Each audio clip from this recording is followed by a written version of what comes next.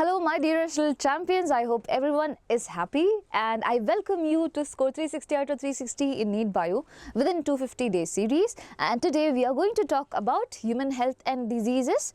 What are the topics? Helminthic and fungal diseases and also prevention of disease. We'll see how we can prevent the cause of diseases. Now we have already completed life cycle of Plasmodium as well as bacterial, viral and protozoan diseases. So if you want to have the PDF of all these things, you can join our WhatsApp channel. The link will be given in the description box or in the comment section. Going ahead, let's not waste any bit of your time. How many questions were there coming from this particular chapter? So previous year it was 4, but if you see the number, it was less. Okay, it was less, but it has been gradually increasing, probably to make people aware about diseases, because you know in our world there are concurrent diseases as of now. So yeah, that could be a reason, and the number could spike up as well. So we never know, we have to be prepared. Seeing this particular number, 4 into 4 is basically 16 marks you cannot miss, so which is why I thought that I should prioritize this one more. Okay. Going ahead, we have Inchara over here. I was really happy to see. I do not know your gender, which is why I am not saying that. But yes, I am truly happy to see your comment down in all my videos wherever possible. And I am really happy that you as a child is putting your effort, okay, for finding out the answers and commenting it down. And more than that, obviously you are acting as a motivational source for everyone, and that is all of the children around you, which is really good. Every one of us should practice certain questions which are being given, at least 5 questions. I'm not asking you to see the whole video or anything like that. Okay, every day I'm giving you shorts, and in that shorts I'm giving you 5 previous year questions. Please read your NCERT. Try to do it by yourself. You don't even need me. It's fine, totally fine. But you have to try for yourself. And this is some comment that I found below a shorts itself. Okay, below YouTube shorts itself, I found this and I was really happy. Okay, so you have to definitely try, everyone. And previous time I couldn't find the picture, so this time I found the picture and I put it here. Going ahead, what did we cover in the previous class? As I said, bacterial, viral and protozoan diseases. Today also we will just list down the diseases. You can take a printout of it and put it in your wherever you are studying, because you need to know which disease is viral, which disease is bacterial and everything. Okay. This is the question that I gave you. Sustained high fever and intestinal perforation in severe cases is a symptom of which disease? Were you able to do this, children? If you were not, then I'll help you out. So in malaria, you know that basically you get fever and chills, and it's because of hemozoin being released from the RBC. Now it has nothing to do with intestinal perforation, so this goes wrong. If you talk about common cold, it affects your lungs. It has nothing to do with intestinal perforation again. When you talk about typhoid and cholera, both have to do something with the gut. That is your intestine and everything, stomach and everything. I get it. But then cholera is mostly associated with rice water stool, as in the motion is so liquid. People who have cholera have diarrhea and they will lose so much of their water from their body. So that is the most commonest symptom. But when you talk about typhoid, these are the 2 symptoms that definitely comes on. Okay, this is a symptom that is common. Now, intestinal perforation happens when situation becomes grave, when situation becomes severe. Okay, so sustained high fever and intestinal perforation is the symptom of typhoid. So if you got your answer correct, give a kudos to yourself, comment it down that ma'am, I got the answer correct, or tell me in live. I'll just see you around and be happy for it. So I do definitely join your live classes. So this class might be recorded, but yes, whenever it goes live, I am in there. I see what you're asking and all, and I'll try to reply as well. Now, going ahead, talking about Helminthic diseases. This is our topic for today. Let's start. So what you need to do from your end, whenever I read the NCERT, okay, or whenever you read the NCERT with me, basically you need to find out these 3 things: causative agent, how it is spread, and the symptoms. Okay, that's our job, and we fill everything over here. If you have attended the previous class, you know the pattern, right? So let's start. Ascaris, the common roundworm, and Wuchereria, the filarial worm, are some of the helminths which are known to be pathogenic to man. So with this we have two information. There are two worms. One is Ascaris, another one is what? Wuchereria. Now this, as the name suggests, it sounds to be a bit tough, so probably it is scientific. Now let's see the common names of both of them. So Ascaris is also known as the roundworm, okay, and Wuchereria is known as the filarial worm. So filarial does not sound to be very common, but yes.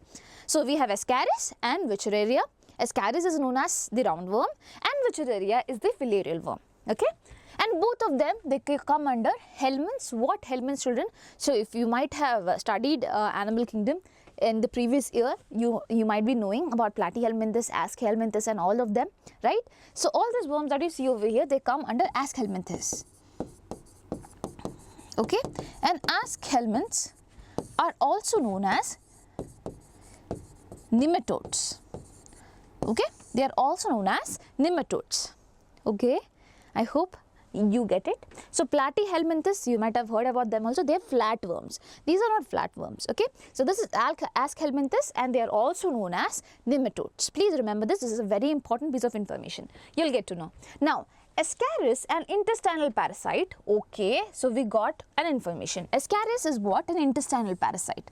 Okay, and it causes ascariasis. What is the name of the disease? Ascariasis. Symptoms of this disease include internal bleeding, okay, muscular pain, fever, anemia and blockage of intestinal passage.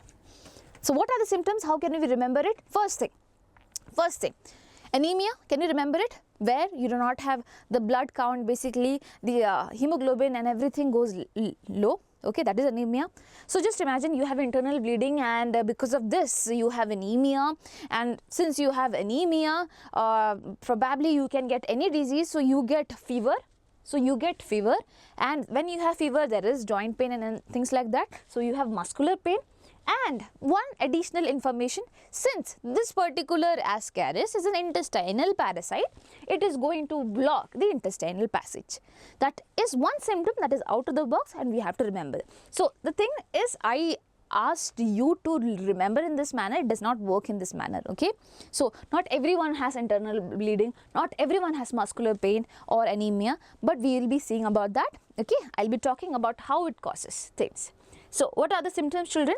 Let's start with anemia, where the amount of hemoglobin and iron, everything is low, okay. And anemia is caused because you have internal bleeding, okay. There is a lot of your blood has already went. Now when you are in this stage, we are weak, we could have fever.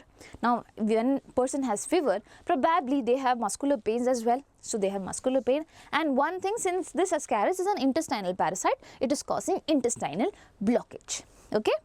Now let's go ahead. The eggs of the parasite are excreted along with the feces of what? Infected person, which contaminate soil, water and plant. Okay, so they are saying the eggs of the parasite, that is Ascaris egg, are excreted along with the feces of infected person, which contaminate soil, water, plants, etc. Okay, fine, they are contaminating in the feces, everything is there, okay, the egg is there of this particular Ascaris. Now it is going to contaminate everything around it, that is soil, water and everything. So how do people acquire this? A healthy person acquires this infection through contaminated water, vegetables and fruit. So what are the other diseases that we got from contaminated food? Typhoid, cholera, amoebiasis and this one now, okay, ascariasis. Now let's go ahead and write things and make things more clear. So ascariasis is caused by Ascaris, and Ascaris, children, is also known as a round worm. It looks like this, okay. How it is spread? It is spread through contaminated food and water. Agree? What are the symptoms that we learned? There is internal bleeding. Internal bleeding is there. Anemia is there. Okay. Apart from that, fever will be there. Muscular pain is there. Okay. And blockage of intestinal passage. Fine. Now, very important thing. What is the affected organ? Okay, so the affected organ is mostly the intestine, and actually speaking, it is the small intestine. Now, can I begin? Can I begin to make you learn about this thing? It's very simple. Okay, so there's an infected person, Pappu. Okay, now Pappu, when he goes to washroom, or basically he's not going to washroom, he goes to a public area, some forest or some place, and excretes. Okay, now at this point of time, Pappu was having ascariasis, so the eggs of ascaris is there in this fecal matter. Now it will spread around everywhere, agree, in the water body, whatever is there, everywhere. Now this water is being drunk by another person. Okay, this water is being drunk by another person. So basically, this particular egg will be going into the gut, and especially as I said, small intestine. In the small intestine, what will happen? The egg breaks down and forms larvae. Okay, breaks open and forms larvae. Now this larvae says, I cannot stay in small intestine. Give me a break.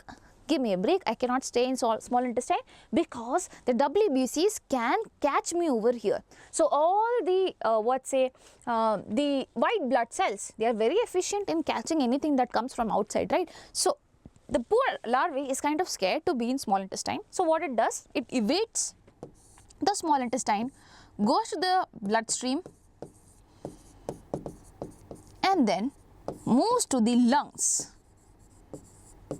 Okay, from the lungs it will be moving towards the throat region. Okay, just going up. Why is it doing all this thing?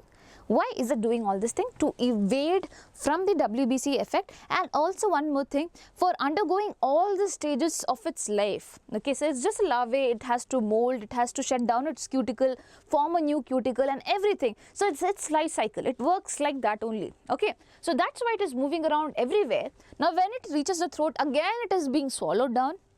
Again it will reach to the first place, which is what? The gut. And where in the gut? The small intestine.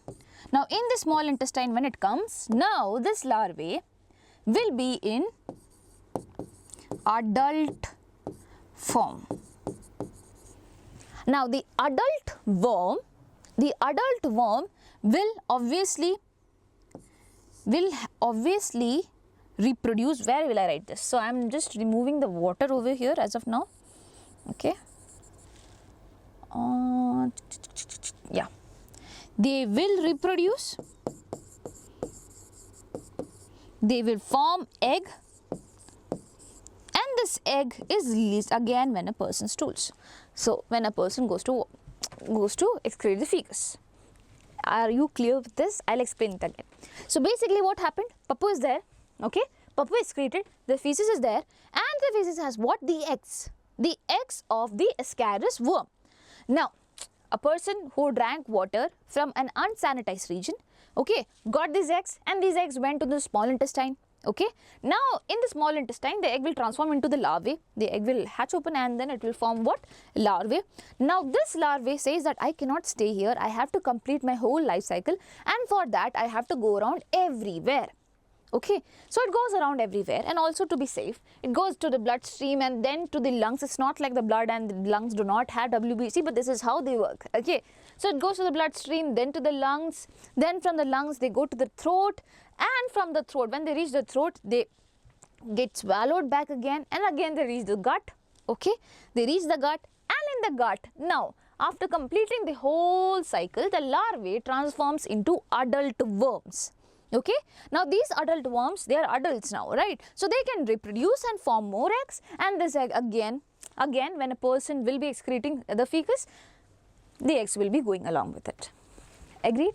Now, one confusion that I had, how does it sustain in the, okay, egg is there, so that means a protective covering is there, but larvae, when it comes to the, goes to the stomach and all, how does it survive? So, it does have a cuticle which got shedded down in the lungs, but a new cuticle comes around which can protect the particular ascaris, or basically the larvae of ascaris, from any sort of damage. And moreover, they have lived here for years, so they have evolutionary mechanism to sustain in this very uncomfortable situation as well. Okay, so this is how it actually works. And now the cause that all these things, the symptoms that I was talking about, how do they come? So basically, in the small intestine, what do they do? The major purpose of ascaris worm is to take the nutrients. Okay, take the nutrients. Now, from the small intestine, it will slowly take in nutrients. Whatever food we are having, whatever nutrients that we should be having, it will slowly steal all these nutrients. Maybe carbohydrate, proteins, fats, whatever. Now, when you are doing this, there is one problem. You are also taking iron, you are also taking other vitamins and things like that, which is needed for the formation of blood cells. Now, if blood cells are not being formed, if hemoglobin is not being formed and things like that will happen, obviously anemia will be caused. You're making the body deficient of nutrients, obviously anemia will be caused because the hemoglobin and everything is also not being formed because of taking away the nutrients.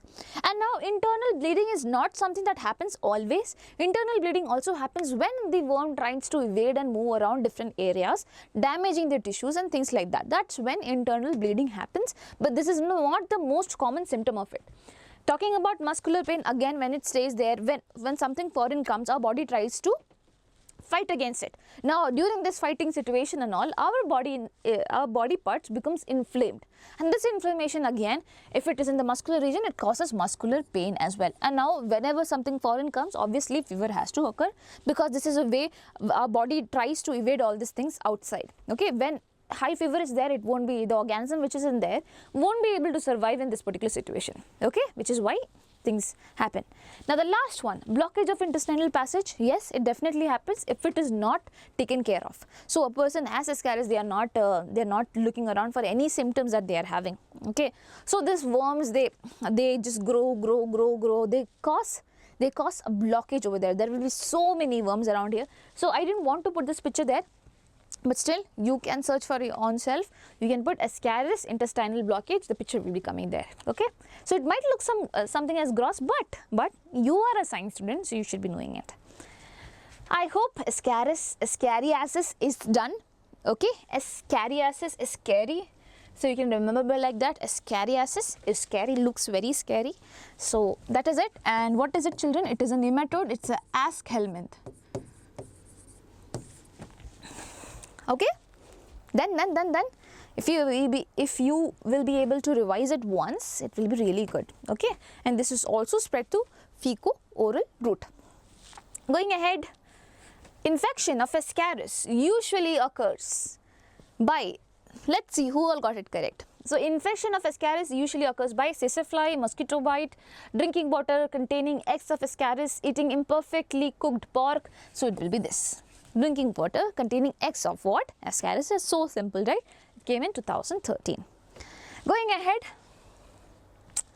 we are going to talk about the next one, Wuchereria. Remember, Wuchereria is also known as filarial worm. So, Wuchereria, that is Wuchereria bancrofti and Malai. Okay, the filarial worms cause a slowly developing. Okay, this is very much important. Chronic inflammation. So, it's not a small inflammation, it's very chronic inflammation that they cause of the organs in which they live in for many years. Usually the lymphatic vessels of lower limbs, okay, and the disease is years where are they living? Actually in the lymphatic vessels of the lower limb, and the disease is called as elephantiasis or filariasis. The genital organs are also affected, resulting in gross deformities. Gross deformities as in formation. The form of it is changed now, it is deformed. Okay, it does not have a proper shape now. Okay, there will be certain problems occurring with the genital organs as well. The pathogens are transmitted to a healthy person through the bite of a female mosquito vector. Now here itself I'll tell you what mosquito. So we learned about malaria. There it was female anopheles mosquito. Then we studied about chikungunya and dengue as just chumma for revision. It was what? Aedes mosquito. Over here, the mosquito which spreads this particular disease is known as Culex mosquito. Culex pipiens. Okay, so you do not have to remember that. At least remember Culex there. So this is the mosquito which is responsible, which is a vector. Vector as in it is going to transport the parasite from here to there, that is a healthy human being to another person. So basically not to healthy, basically from an infected person to a healthy human being. What is the name of the mosquito? Culex. Now what all do we have to take care of? The causative agent is Wuchereria. The name of Wuchereria is Wuchereria bancrofti and Malai. You can remember a person got bankrupted. Okay. You can remember person got bankrupted. That's how, I don't know how to make you remember this, but yeah, somehow we have to remember. It is known as bancrofti. Okay, Wuchereria bancrofti and Wuchereria malai. Same thing. So malai you can remember. I think you eat it in, some people do not like it in milk. So you can remember malai, and even obviously you won't be liking the Wuchereria as well. So both have a common thing to remember. Yeah. And bancrofti you can remember, or else you can remember ban the crofty, whatever crofty is, please ban it. You can remember like that also. Now what does it cause, children? It causes trouble to the lymphatic vessels. What are lymphatic vessels and everything? I want to teach you that very properly. So I want to go ahead with this. First thing, that is filarial worm. Okay. So causative agent is spelling Wuchereria. One is bancrofti. Is it visible? Yes. And the other one is malai. Oh, you should not be writing species name in capital. Okay, malai. Fine. Now, it is spread through bite of what? Bite of female Culex mosquito. So, this mosquito is what, children? It is the vector. It transports things. Now what is a symptom? Symptom is basically, what was the symptom? So it was causing chronic inflammation. It was causing chronic inflammation and also genital organs gets deformed. Okay, there are deformities over there. Will you be able to remember it? And what is the affected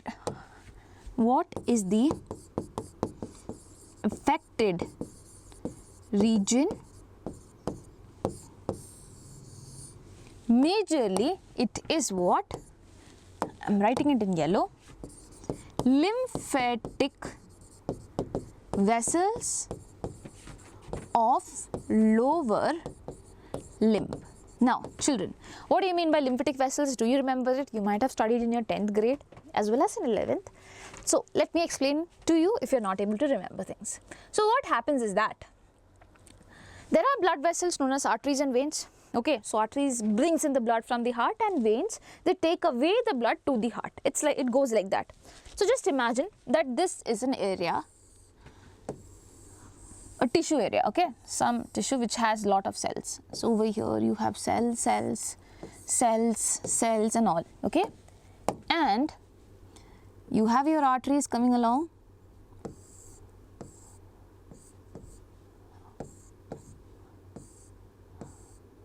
Okay, and these arteries basically they flow down. There will be so many small capillaries in between which will be joining both of them, and then you have something that is known as your vein. So not making everything very properly, just for you to understand, and it's not has now become India's Tiranga, but yeah, anyways.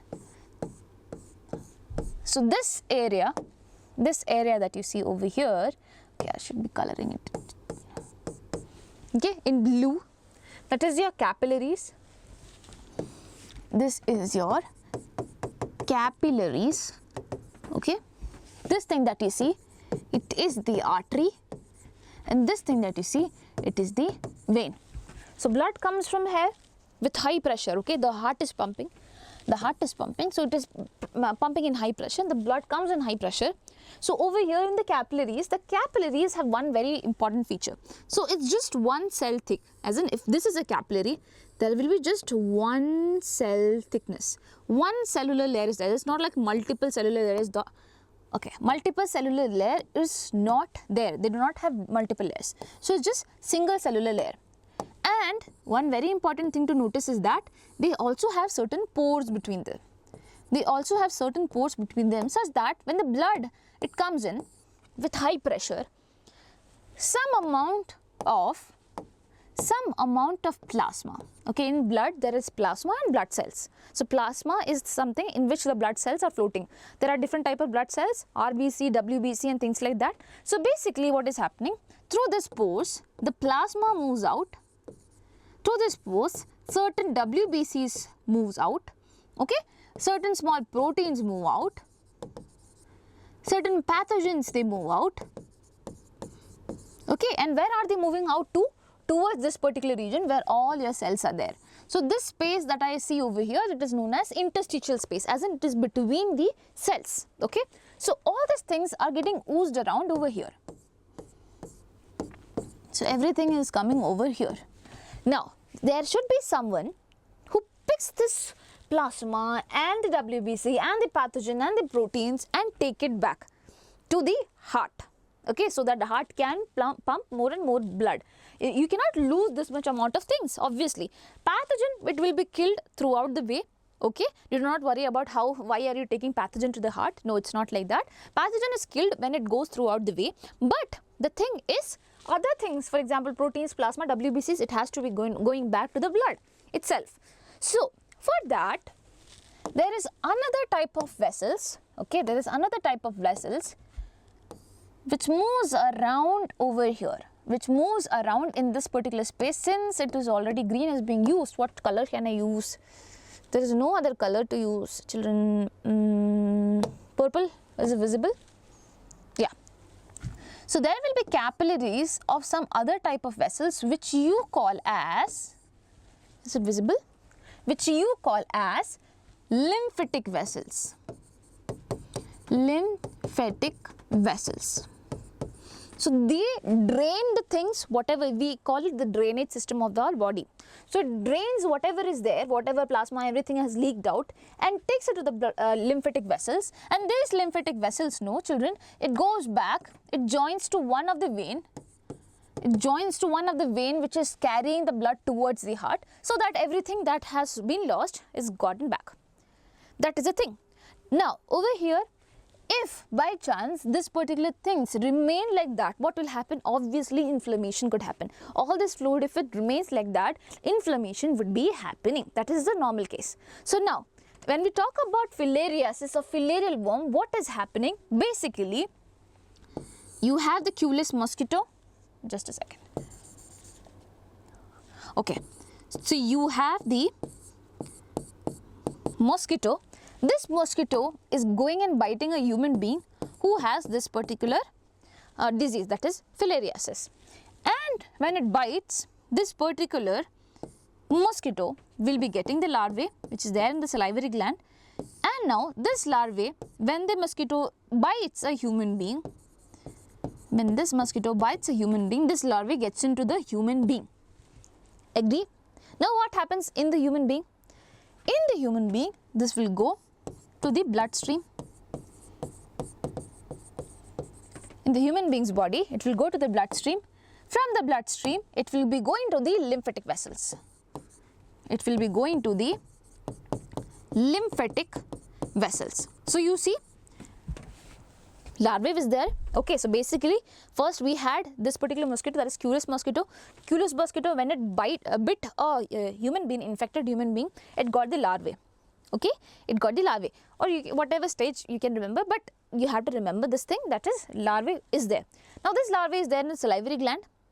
Okay, I meant to say basically a human being, when it is being bit by the mosquito will have some stage of the parasite, but larval stage is there in the salivary gland.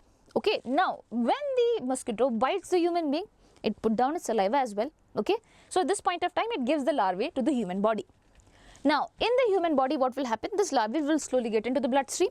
From the bloodstream it will be going to the lymphatic vessels. In the lymphatic vessels, they will form into the adult worms. They will form into what? Adult worms. And if they form into adult worms, they will reproduce and they will again form the larvae, which will move to the blood, which can move to the blood, and this blood again, when it is taken up by the mosquito, the same thing happens again and again. I will repeat once more.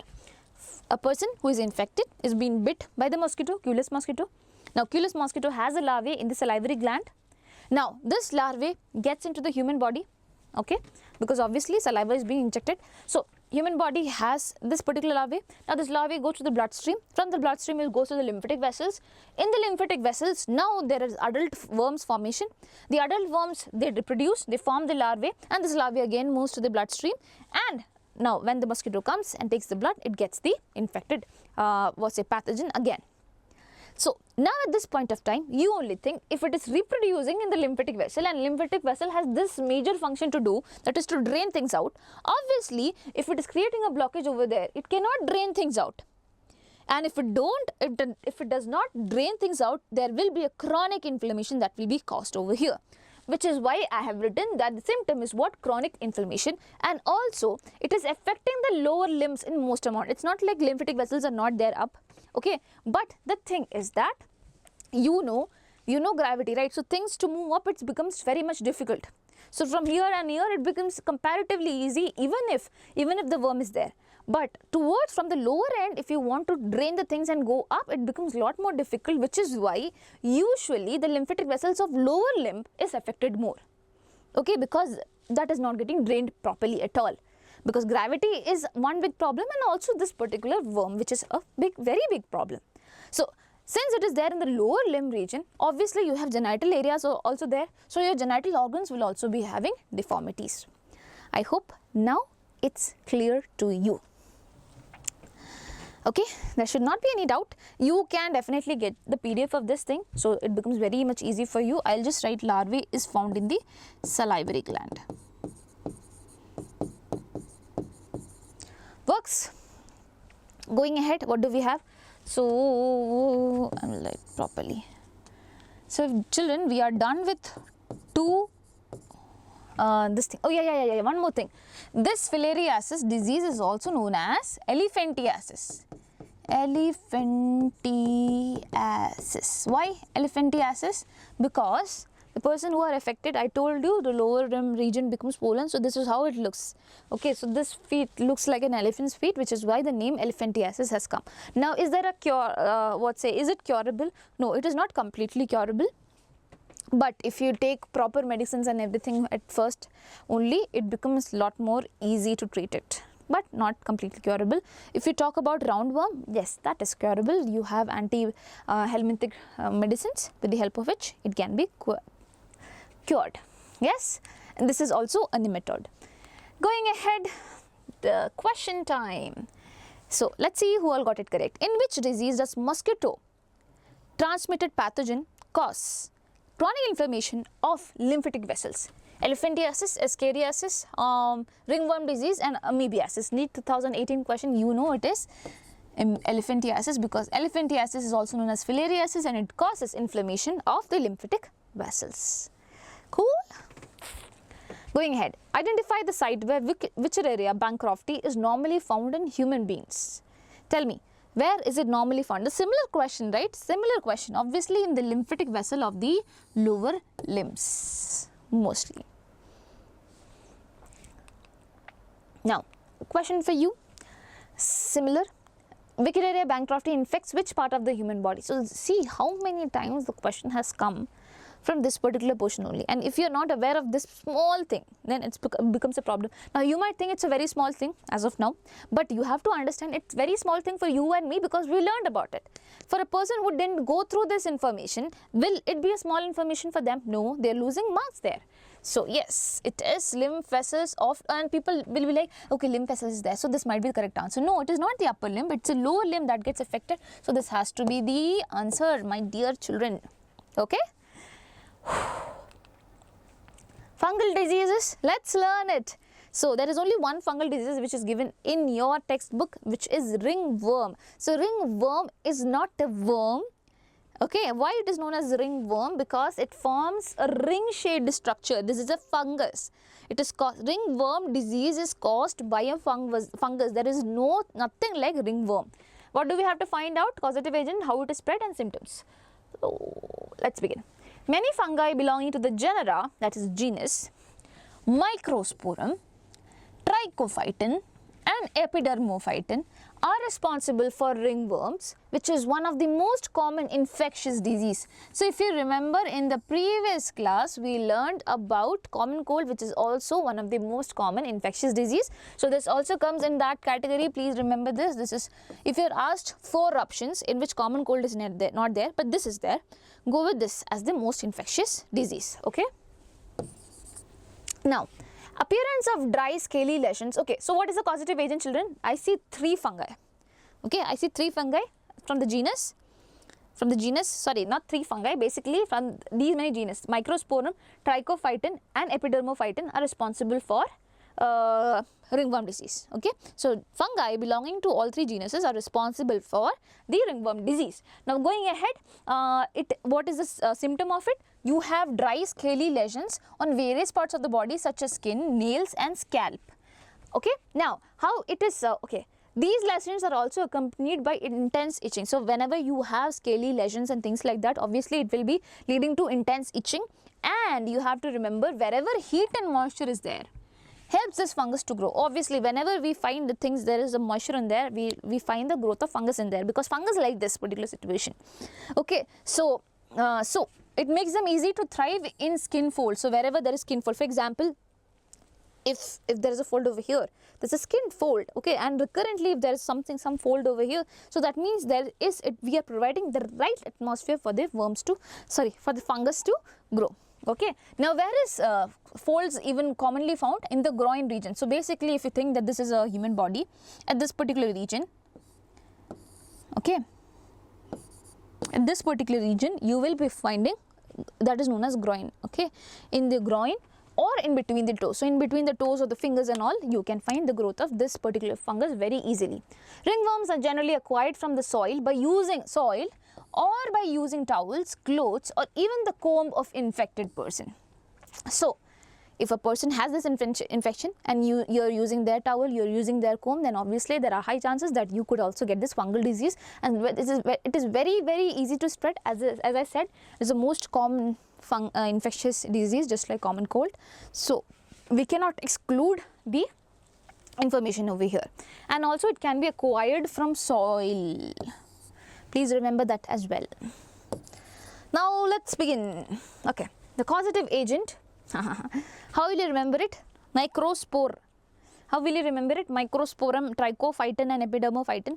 Okay, microspore as in the spore is small, okay, which is why you cannot see the fungus. Okay, so you can remember the genus Microsporum. Okay, now since it is going to affect the epidermis, okay, since it is going to fight with the epidermis to sustain over there, we say Epidermophyton.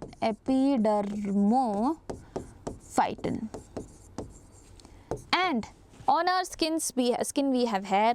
So in other organs we say trichome also. So basically we can say Trichophyton as well. Trichophyton is also there. So the genus, the fungi belonging from this particular genera are responsible for causing what? Ringworm disease. How it is spread, children? It is spread through soil. Also, if you are using comb or any material, of other person who is having this particular disease will be having. Now, what is the symptom? You will find dry, scaly lesions. Why do we have dry, scaly lesions? Basically, what do they do is, they go and attack on the keratin. You know keratin? The protein that makes up our hair. Okay, so it is going and acting upon the, it's feeding upon the keratin, which is why there is on the skin as well as on the hair, it forms dry and scaly lesions. Okay, so it forms dry and scaly lesions. Apart from that, what is in there? On the nail, scalp and all this thing. Apart from that, intense itching is there. And you could most commonly find it in folds. Okay, skin folds. So I'll write it skin folds, like groin and the toes. Is it too much difficult to remember? There is only one fungal disease, I think we can remember it, right? So, microsporum, epidermophyton and trichophyton. These are the three genera from which our fungi is belong, which is responsible for causing what? The ringworm disease. Okay? So simple, this one is actually very much simple. So I don't think you might have big problem in remembering it. Going ahead, ringworm in humans is caused by bacteria, fungi, nematodes or viruses. Now if you do not know what do you mean by nematodes, what is nematode, children, ask Helminthics or with love known as nematodes. Okay, so do not go and attempt nematodes, it's fungi.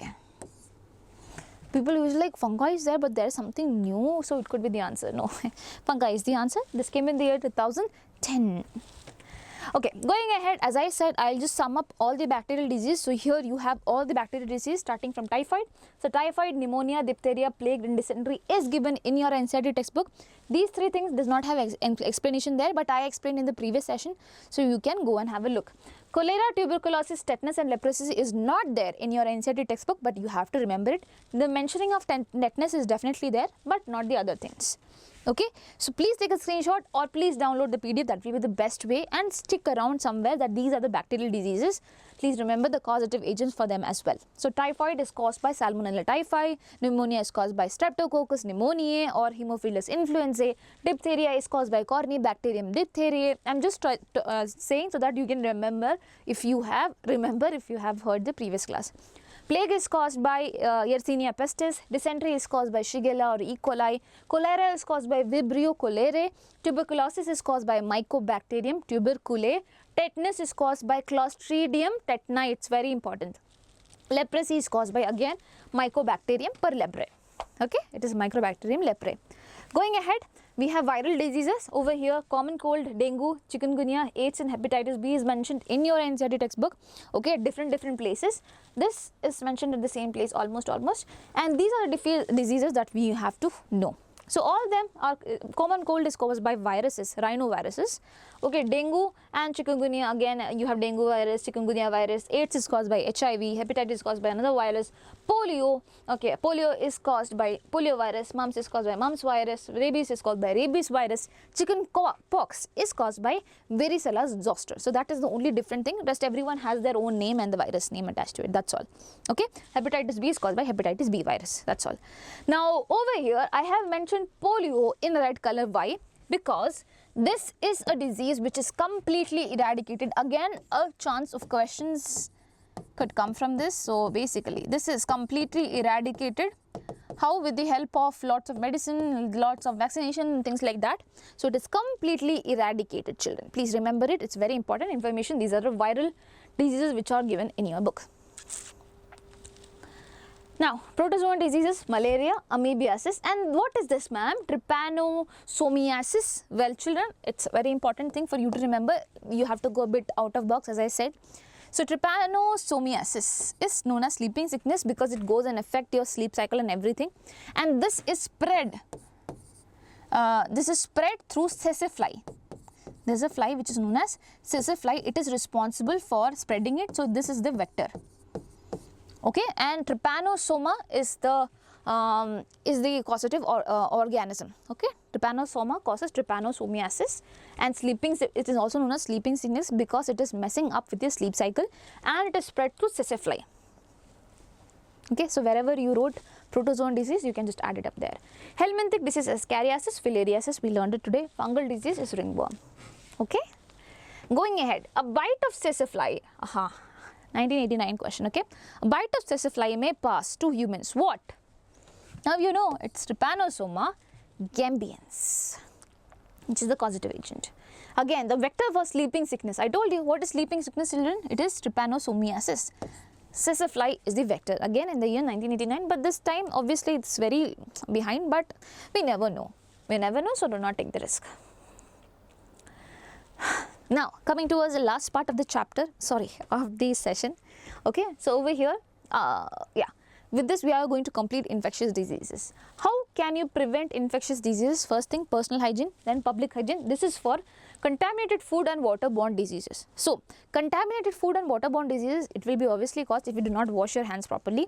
So, for personal hygiene, you should be washing your hands regularly. Keep all your body parts clean so that none of your body parts could cause you a disease. Okay, so anywhere you touch and then have your food and then cause trouble, no. Let's do not do that. Consumption of clean food and water, that is your responsibility. That is why I wrote under personal hygiene as well, which is also there, but still over here also we need it. We need to consume good water and good food. Okay, not any random food. So if you see some person making food over there without washing their hands, please not eat that food. It's okay to modestly say no, but please not. Okay, so that is about personal hygiene. Going about public hygiene, cleaning of water reservoirs. So basically, if you're not cleaning the water reservoirs and people are defecating near it, so obviously there are high chances that you could have diseases, and to do that you have to disinfect the whole water reservoir. Second thing, proper disposal of waste and excreta. So do not go poop or pee around anywhere. You have a proper region for doing that. So you please use washrooms, do not go around anywhere. Okay, and you have to educate others also. So some people in the villages, they do not have proper areas for this, but please educate them that this is the thing. We should not be contributing to spreading of so many diseases, and it's for them as well. So you have the educational tool, so use that tool, right? So that is all about personal and public hygiene for all the contaminated food and waterborne diseases. What are those? Typhoid, cholera, amoebiasis and ascariasis, one that we studied today itself. Okay, so in your NCERT it's all messed up. I thought I'll just make it short.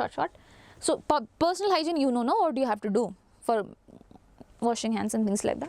Public hygiene is that. Going ahead, insect-borne disease. So insect-borne diseases are malaria, filariasis, dengue, chikungunya and things like that. Okay, malaria has which mosquito? Anopheles. Filariasis, Culex. Dengue and chikungunya, Aedes mosquito. Now over here, first thing that you can do is, it's a large scale thing. This is limited to your house. Okay, so introduce Gambusia fish in the pole. So Gambusia fish basically eats on the larvae of the mosquito and does not allow it to grow around there. It's a favorite food. So basically, if you introduce to the pond region and things like that, the mosquito larvae won't be growing there. Now avoid stagnation of water. That is your responsibility. Again, if you see that some water is stagnant over there, first try to contact the government to fill the pit holes, or if not possible, then please stay away. And if that is also not possible, I don't know what to say, but if it is in your limit to avoid this, please avoid that.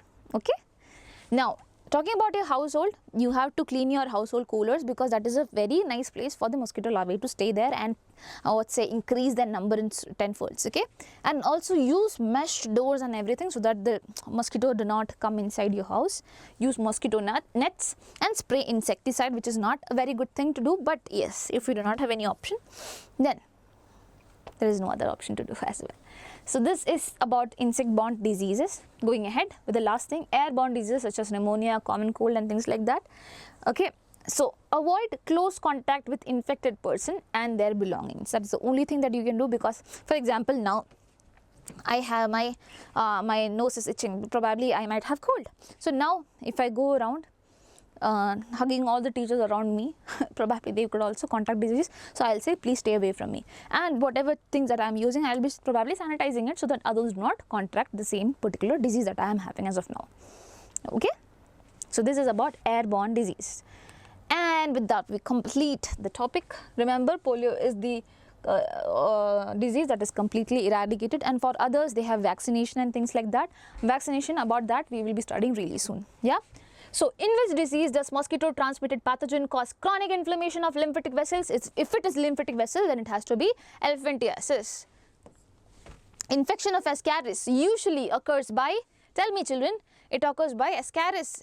drinking water containing eggs of Ascaris. Identify the site where which area Bancrofti is normally found in human body. You tell me again, in the lymphatic vessels of the lower limb or higher limb? Lower limb.